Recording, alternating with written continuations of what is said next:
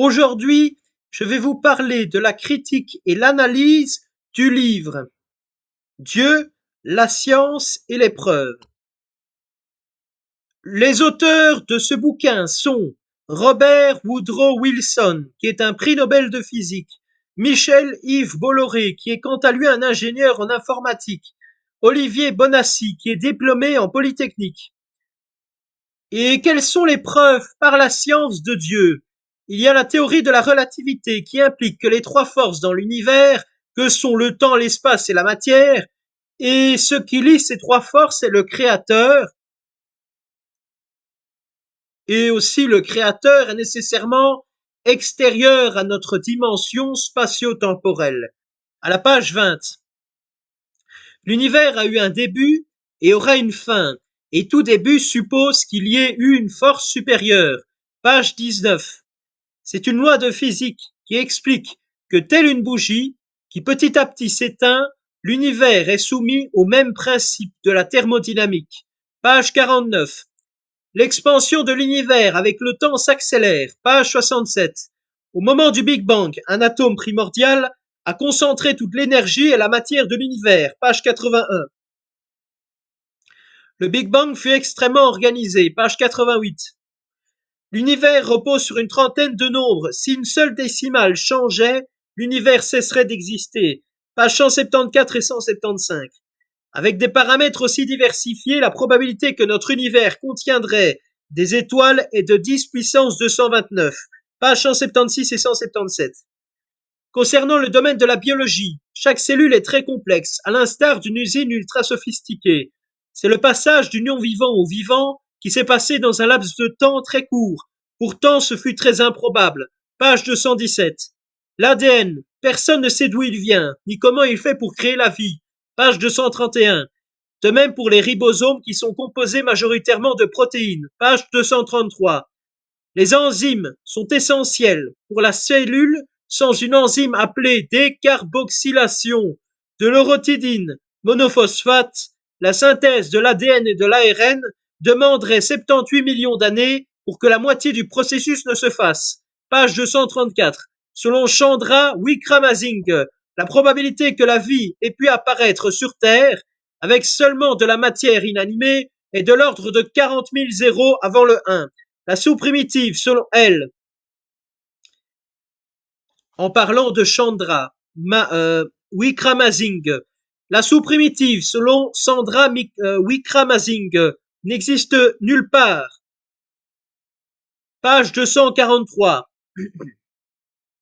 À la page 244, Fred Hoyle, quant à lui, expliquait que pour que les 2000 enzymes soient agencées au hasard et qu'elles produisent de la vie est de 1 chance sur 10 puissance 40 000. À la page 245, selon Harold Morowitz, la probabilité que vienne à exister par hasard une cellule est de 1 chance sur 10 puissance 340 000. Un seul être vivant du nom de Lucas, un organisme unicellulaire, est à l'origine de tous les êtres vivants qui ont vécu sur Terre. Pour tous les êtres vivants, c'est le même code génétique. La vie a donc énormément d'inventivité. Page 247. On peut lire que dans les années 50 en Chine, les récoltes furent mauvaises. Mao essayait de trouver la cause et directement il l'a trouvée. La solution pour lui, c'était les moineaux qui étaient à l'œuvre. Et donc il a fait exterminer tous les moineaux de la Chine, notamment dans son plan en 1958 qu'il a appelé le bond en avant, qui s'est avéré être un bond en arrière, car il a oublié que lorsqu'une partie de la chaîne alimentaire disparaît, tout est chamboulé. Page 36. On peut lire à la page 135, je cite, la destruction du christianisme a été reconnue objectivement comme un objectif du national-socialisme, selon Baldur von Schirach, qui fut un confident d'Hitler. Il en existe de plusieurs sortes d'épreuves. Pages 42 à 44. Dans le domaine théorique, comme les mathématiques, nous avons une démonstration et puis une preuve absolue de la réponse. Par contre, dans les domaines scientifiques, nous avons 4 grilles d'analyse qui permettent de déduire si un phénomène étudié est valable ou non, si cette analyse est théorisable, mise face au réel, si on peut en faire un modèle et si l'on peut faire des expériences avec. Les preuves en science sont toujours fortes. Tandis que dans certains autres domaines, comme la preuve de l'existence de Dieu, on peut la théoriser, on peut la mettre face au réel, sauf qu'on ne sait pas la modéliser et on ne peut pas faire d'expérience avec. Tandis qu'au niveau de la théorie des multivers, celle-ci est théorisable, mais c'est tout en fait. Elle est impossible à prouver. Un autre type de preuve sont les témoignages. Ceci dépend du nombre de témoins et aussi de leur qualité, car en effet, un témoignage peut varier beaucoup d'un témoin à l'autre, car personne ne perçoit un événement exactement de la même manière. Les témoignages sont beaucoup utilisés, notamment en histoire. Et tous les passages que j'ai sélectionnés ici viennent de la page 42 à 44. 51% des scientifiques croient en quelque chose, dont 66% de croyants, chez les chercheurs de moins de 34 ans, les plus âgés étant moins croyants. Page 282. Car les grandes découvertes scientifiques ont souvent moins d'une génération. Page 289. La plupart des prix Nobel étaient liés au christianisme. 65,4%, page 283. Plus on est riche, moins l'on est croyant, alors qu'être croyant et scientifique n'est pas du tout opposé. Page 287. Einstein croyait au Dieu de Spinoza, néanmoins il ne croyait en aucun cas en un Dieu personnel ou religion particulière. Page 295 et page 298. Il était ouvertement opposé à toutes les religions. Page 300. Selon Gödel, la notion de vérité est plus complexe que le concept de démontrabilité. Son théorème affirme que les objets existent en dehors de l'esprit humain, donc cela implique une autre dimension où ces objets existent. Page 308 et 309. Deux chercheurs en intelligence artificielle ont prouvé que son théorème était correct, en tout cas dans le cadre mathématique. Page 317. Le peuple hébreu possède des vérités inatteignables depuis des millénaires, vérités qui sont inexplicables car les connaissances de l'époque eurent été insuffisantes, vérités contre-intuitives et qui sont encore exactes aujourd'hui. Page 326. Ils connaissaient des vérités extrêmement nombreuses, donc cela ne peut être seulement dû au hasard. Les Hébreux avaient d'autres comportements que leurs voisins. Page 328. Comment ont-ils pu avoir autant de connaissances? Ils n'avaient pas de culture élevée ou intellectuelle importante. Page 330. Vérité qui n'était pas empruntée à leurs voisins. Page 331. Lorsqu'il est fait mention dans l'Ancien Testament que Dieu a créé le monde en 6 jours, les athées ne comprennent pas qu'à l'époque le mot milliard n'existait dans aucune langue. Page 356. Dans la Genèse, au commencement, Dieu créa le ciel et la terre, terre ne représentant pas la planète. Cette phrase signifierait que Dieu a créé le temps, l'espace et la matière en même temps. Et donc cela valide ce que les scientifiques ont découvert, que ces trois éléments sont apparus simultanément. Page 360 et 361. Dans la Genèse, il est dit, Dieu dit, que la lumière soit et la lumière fut. En effet, la lumière était déjà bien présente 380 000 ans, bien avant que les premières étoiles ne se créent. Page 362. Contrairement à ce que les critiques disent comme bêtise, non, à aucun moment dans la Bible, il est fait mention que la Terre est plate. Page 362. À l'époque médiévale, tout le monde savait que la Terre était ronde, notamment durant les sacres des rois et des reines. Il y avait un objet qui s'appelait un orbe crucifère, représentant le fait que la Terre est en effet ronde. Dans la Bible, il est dit que l'homme a été fait à partir de terre, donc de matière, et c'est l'organisme Lucas. Seule l'âme a été insufflée à l'homme par Dieu pour le différencier d'un humanoïde. Page 368. La Bible parle d'une vérité historique au travers de la fiction, par exemple du déluge qui a été expliqué par beaucoup de peuples. Page 371. La fuite des Juifs de l'emprise tyrannique de Pharaon est intéressante, car elle est polysémique. D'un côté, nous avons ce récit historique et le récit plus surnaturel qui explique que c'est l'image de Jésus qui sort les gens du péché originel, du mal pour les emmener au paradis. Page 375. Il est intéressant de noter que Mussolini en 1925, tout comme les Jacobins en 1792, avaient tous les deux voulu instaurer un nouveau calendrier antéchristique en opposition au calendrier reconnu universellement comme le calendrier chrétien se basant sur l'année de naissance de notre Seigneur Jésus-Christ, page 381. Qu'est-ce qui a fait que Jésus devienne connu? Il aurait pu rester dans l'anonymat, mais l'inexplicable est là. La Bible est le livre le plus diffusé au monde. 20 000 livres ont été écrits sur Jésus au XXe siècle, page 382. Même Jésus dit à ses amis, qui suis-je? Ce qui est assez étonnant quand on y pense, page 382. Certains athées disent que Jésus n'existe pas, pourtant c'est totalement faux. Son existence est totalement actée, vu le nombre de fois que ses détracteurs le mentionnent, notamment dans la mention du Talmud, qui, même si elle est négative, le mentionne, pages 384 et 389. Certains athées expliquent qu'il serait un mythe, mais c'est impossible, car pour qu'un mythe prenne forme, il faudrait qu'il se propage bien après la mort des témoins, page 391. Certaines personnes expliquent qu'il aurait été un grand sage, mais suivi par des escrocs, car dans l'épisode de sa résurrection, les athées expliquent que les escrocs auraient pu bouger son corps, alors qu'à l'époque, faire un tel acte était puni de peine de mort. Page 395. Les paroles de Jésus furent des paroles très sages, que même des personnes qui ne sont pas croyantes aujourd'hui réutilisent. Page 397. Certains athées prétendent que Jésus était fou, alors que comme nous l'avions vu, il a prononcé des paroles très sages. Si Jésus serait fou, pourquoi est-ce que le Talmud lui a accordé autant d'importance? Il le considérait comme quelqu'un de dangereux. S'il l'avait nommé comme fou, il aurait été directement discrédité. Page 398. Tout se contredit chez ses contradicteurs. D'un côté, un sage ne peut être entouré d'escrocs ou de menteurs, et s'il avait été considéré comme fou, personne ne l'aurait suivi. Page 399. Il aurait pu avoir des recherches plus approfondies pour retrouver le corps de Jésus de la part des grands prêtres, mais ce ne fut pas le cas. Page 400. Pourquoi est-ce que les apôtres, s'ils étaient des escrocs, auraient-ils continué d'affirmer que Jésus est le Sauveur, le Fils de Dieu, alors que la torture de la part des Romains en aurait calmé plus d'un? Page 402. La thèse qui affirmait que Jésus serait un aventurier est fausse, car pour que celle-ci soit correcte, il faudrait que Jésus affirme des vérités qui sont directement observables, pour qu'une partie de la population le suive, alors que ce ne fut pas le cas. Alors que ce ne fut pas le cas, Jésus ayant pacifié le monde antique, cela relève du miracle. Pages 402 et 404.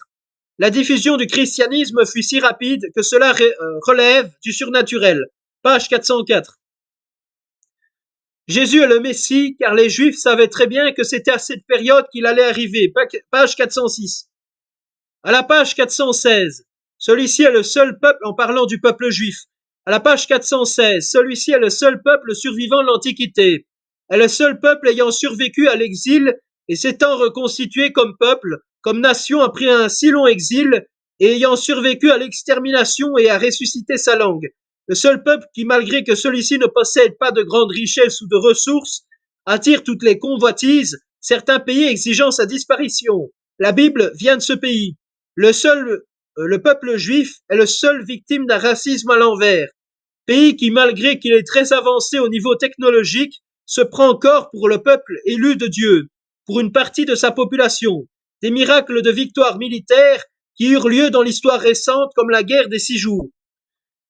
En parlant du peuple juif, celui-ci a vécu 3 exils, c'est le peuple qui a subi le pire génocide de l'histoire, avec 6 millions de morts. Pages 421 et 423. Le peuple juif, pour éviter de disparaître, a dû faire face à d'autres dangers, comme le métissage et que le territoire de l'actuel Israël, s'il aurait été prospère, les Arabes ne les auraient pas laissés retourner sur leurs terres ancestrales. Page 424. Une prophétie de l'Ancien Testament annonçait que plus de 2 millénaires plus tard, le retour des Juifs en Israël, et c'est la prophétie du passage d'Ésaïe 43, 5-7, page 426. Autre prophétie qui avait annoncé que Jérusalem, l'actuel Israël, sera constamment victime d'attaques, et ce fut le cas de 135 à nos jours, page 429.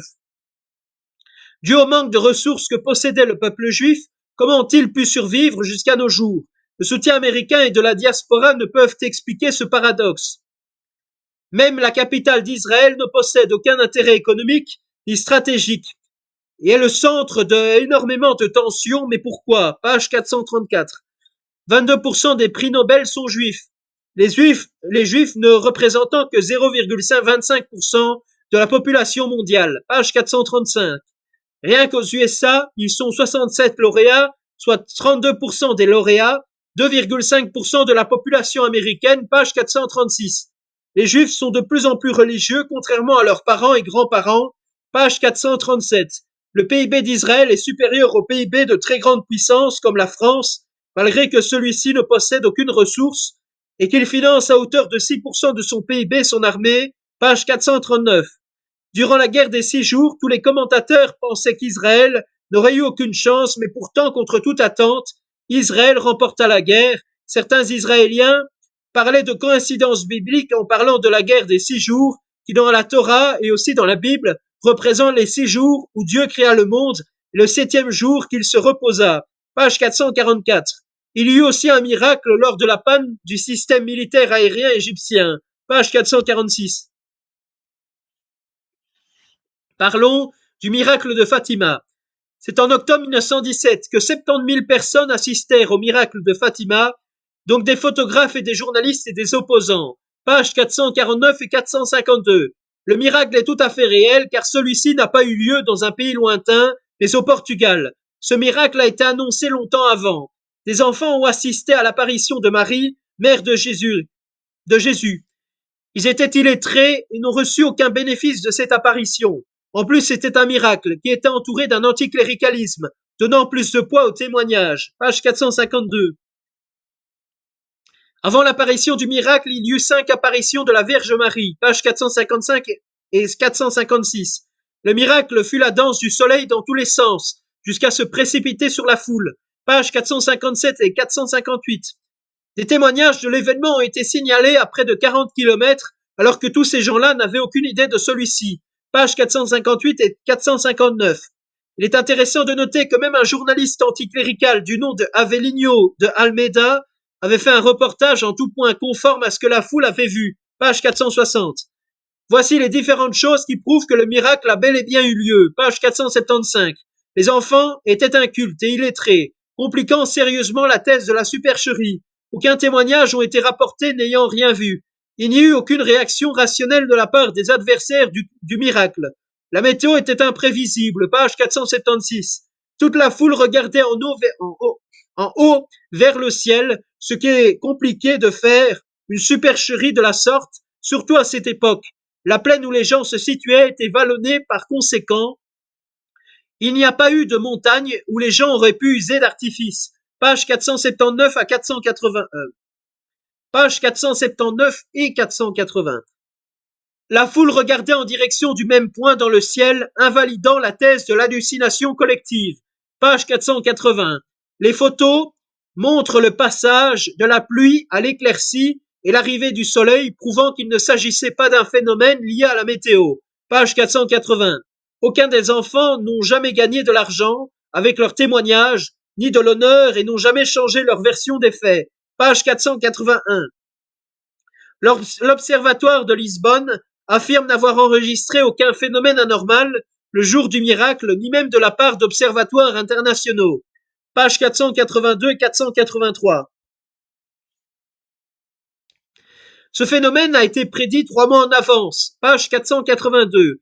Les hallucinations collectives n'existent pas pour des foules aussi massives, car il faudrait que les dérèglements se passent de manière simultanée dans des cerveaux différents. Page 483 et 484. Les psychoses collectives n'arrivent pas pendant la journée et avec un si grand nombre de personnes. Page 484. C'est un miracle car celui-ci était là pour faire naître la foi. Page 487. D'où viennent ces normes morales qui s'imposent à notre esprit? Si Dieu n'existait pas, alors le mal n'existerait pas alors que les normes morales inhérentes à nous sont bonnes. Page 490. Si Dieu n'existait pas, nous choisirions nos propres valeurs et par conséquent nous deviendrions nos propres dieux. Page 492. Aujourd'hui, nous vivons dans une période où l'intérêt de chaque individu a le même poids dans le calcul de l'intérêt général. Page 492 et 493. Pourquoi ressentons-nous de tels interdits si nous ne sommes que des atomes? Pourquoi nos congénères ont une telle dignité à nos yeux? Page 493. Il existe des interdits absolus qui viennent d'une source extérieure, d'un autre ordre, interdits qu'on ne peut faire. Et ce n'est pas seulement dû à la peur d'aller en prison. Page 495. Bref, la parole de Dieu est en nous. Et dans le cas où ni le bien ni le mal comptent, alors il n'y aurait que nos instincts et nos plaisirs qui compteraient. Page 496. Nous avons saint Thomas d'Aquin qui fait un très grand penseur biblique qui expliquerait que l'on ne peut pas expliquer l'orientation vers un but par le hasard. Page 501. Au XVIIIe siècle jusqu'au XXe siècle, nous avions des penseurs qui essayaient de démontrer l'idée de Dieu, comme ce fut le cas de Kant, qui expliquait par exemple que l'on ne pouvait démontrer l'existence de Dieu, comme l'on ne pouvait pas démontrer son inexistence. Et puis des contradicteurs, nous avions Nietzsche, il parlait du ressentiment envers le monde, Marx voulant sortir d'une société injuste, et puis nous avions Freud qui expliquait qu'il était important de rejeter un père qui a des névroses. Page 503. Cela ne veut pas dire que tous les penseurs mentionnés précédemment, à part saint Thomas d'Aquin, détestaient Dieu et avaient des mauvaises justifications de croire en Dieu qu'il n'existait pas. Page 504. L'univers est descriptible par les mathématiques. Il semble tissé par eux. Page 506. Les mathématiques ont un objet réel. Page 507. Il est improbable que l'applicabilité des mathématiques ne soit une coïncidence et par conséquent, et donc, il est quasiment certain que le monde ait été créé par une intelligence supérieure. Page 508. Aucune matière n'est inorganisée. Toute la matière, même primordiale, est organisée. Page 508. La totalité des choses contingentes ont toujours leur raison d'être au niveau spatial, bref Dieu. Page 511. Toute cause a une cause, par conséquent, et donc la cause primordiale est un être qui est en dehors de l'espace du temps et qui n'a pas été causé et est infiniment tout-puissant. Dieu, page 517.